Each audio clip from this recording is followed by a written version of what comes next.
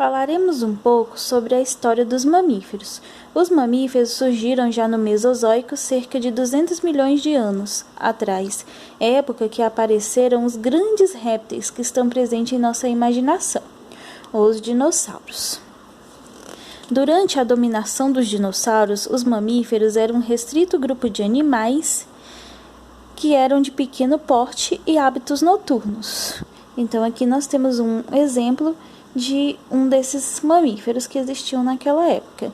Então, os mamíferos se desenvolveram e adquiriram a homeotermia, que significa que eles têm uma temperatura constante, uma temperatura corporal constante, independente do ambiente em que estão. Os répteis ancestrais dos mamíferos são os sinapsídeos. Foi um processo gradual que levou aproximadamente 70 milhões de anos do Médio Permiano ao Médio Jurássico. Na metade do Triássico havia muitas espécies que se pareciam com os mamíferos.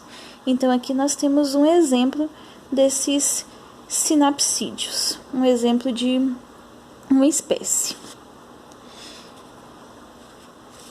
Na extinção do Cretáceo-Terciário, desapareceram os dinossauros e os mamíferos iniciam um processo de diversificação e ocupação dos nichos ecológicos. Foi no fim do Terciário onde todas as ordens modernas já haviam se estabelecido. Então, eles foram se desenvolvendo e adquirindo várias características típicas dos mamíferos, que é os pelos, o cérebro maior, que pode ter sido estimulado pelo predomínio dos dinossauros.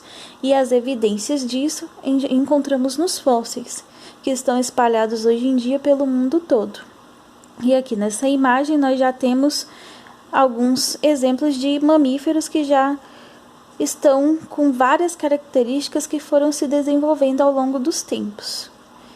E é essa um pouquinho a história dos mamíferos.